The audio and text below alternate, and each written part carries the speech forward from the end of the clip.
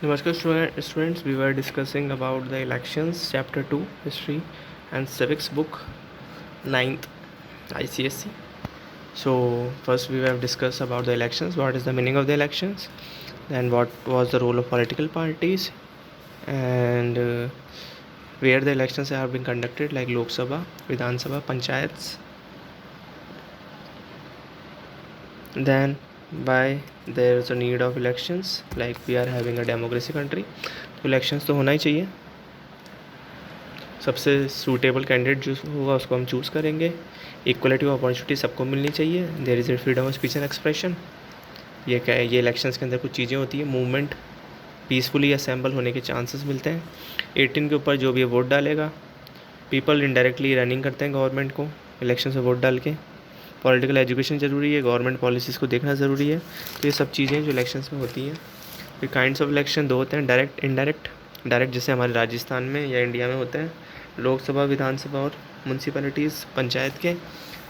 और इनडायरेक्ट होते हैं आपके विधान परिषद के अंदर और राज्यसभा के अंदर, जहाँ पे हम डायरेक्ट वोट नहीं डालते हैं.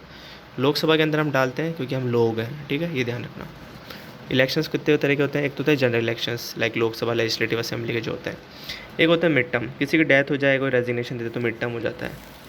और एक होता है आपका बाय इलेक्शंस. ठीक है, तो 3 तरह के इलेक्शन होते हैं मिड टर्म इलेक्शंस के अंदर. अब इसके अंदर बेसिकली ये होता है कि कोई भी गवर्नमेंट अगर 5 साल के पीरियड से पहले गिर जाती है तो वो जो इलेक्शन होते हैं वो मिड टर्म इलेक्शंस होते हैं. मैं वापस इसको थोड़ा चेंज करना चाहूँगा. और जो बाय इलेक्शंस होते हैं वो होते हैं आपके डेथ पे या रेजिग्नेशन में. ठीक है, याद कर लेना. ये लिस्ट है पूरी, अपन ने डिस्कस कर ली है. सबसे ज़्यादा सीट यूपी में है, इसको देख लेना. टॉप 4 स्टेट कौन से हैं मेंबर ऑफ पार्लियामेंट सीट्स के हिसाब से इन लोकसभा. कॉन्स्टिट्यूंसी होती है जोग्राफिकल एरिया है बेसिकली, जो डिमार्केशन होता है आपके इलेक्शंस के लिए, एमएलए एमपीज़ के लिए, पार्षद के लिए.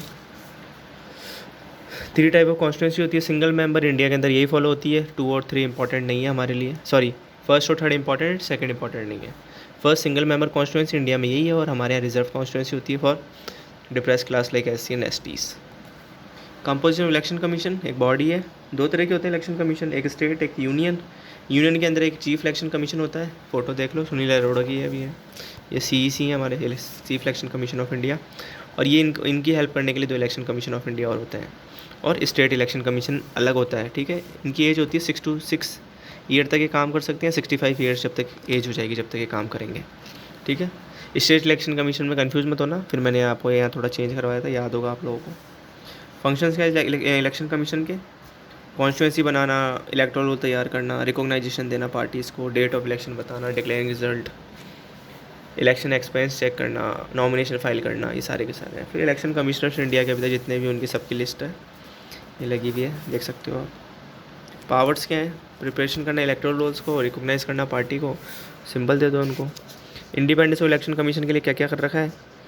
इसको रिमूव नहीं कर सकते आप चीफ इलेक्शन कमीशन को. सुप्रीम कोर्ट की जज की तरह रिमूव करोगे. सैलरीज आप उनकी कम कर नहीं सकते. और जो भी इनको ज़रूरत होगी प्रेसिडेंट गवर्नर से वो बोल देंगे, काम हो जाता है पूरा. इलेक्शन प्रोसीजर कैसे होता है. नॉमिनेशन होता है पहले, फिर स्क्रूटनी होती है, पब्लिकेशन होता है, इलेक्शन कैंपेन होता है, मॉडल कोड ऑफ कंडक्ट, ये रूल्स एंड रेगुलेशंस है बेसिकली इलेक्शन के. फिर क्या होता है, पोल होता है. पोल कहाँ होता है, EVM के थ्रू होता है, इलेक्ट्रॉनिक वोटिंग मशीन. 48 घंटे पहले आपको प्रचार रोक देना पड़ेगा. ठीक है, उसके बाद आपका होता है कास्टिंग ऑफ वोट्स, वोट डलते हैं. और अगर कहीं बूथ कैप्चर हो गया तो वहाँ पे क्या हो जाती है, रीपोलिंग हो जाती है. फ्री एंड फेयर इलेक्शन के लिए कुछ पॉइंट्स दे रखे हैं जो इलेक्शन कमीशन फॉलो करता है.